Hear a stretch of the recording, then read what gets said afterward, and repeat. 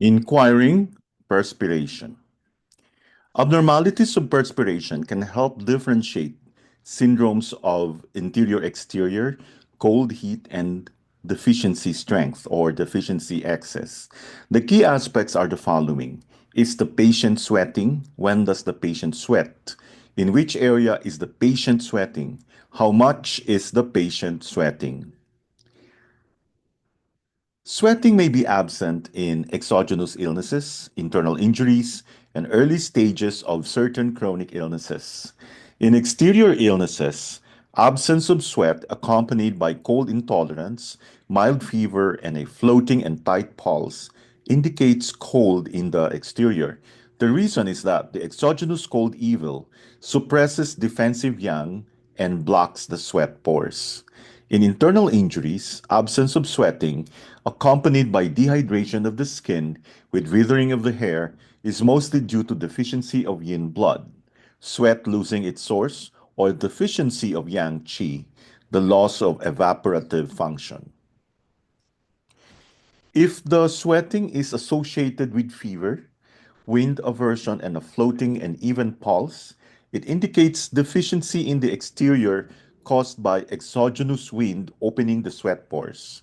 If the sweating is associated with high fever, mild cold aversion, sore throat, and a floating and rapid pulse, it indicates heat in the exterior caused by internal heat diffusing into the exterior. There are four major patterns of sweating in interior illnesses. Spontaneous sweating is sweating in the daytime, even without physical activity, but more so with exertion. It is often accompanied by cold aversion, weariness, shortness of breath, and unwillingness to speak. It is due to deficiency of qi or yang.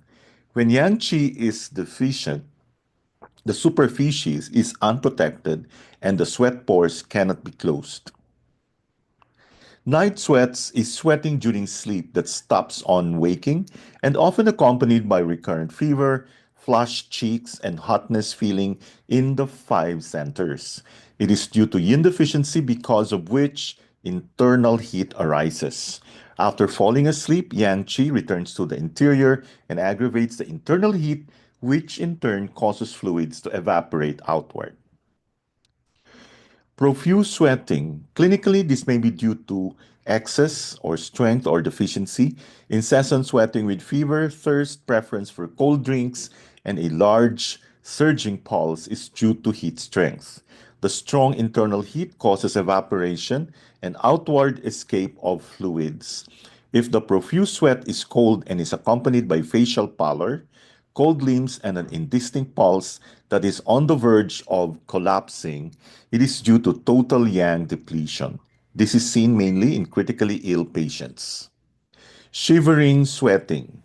In sweating with shivering, the patient has chills and shivering followed by profuse sweating.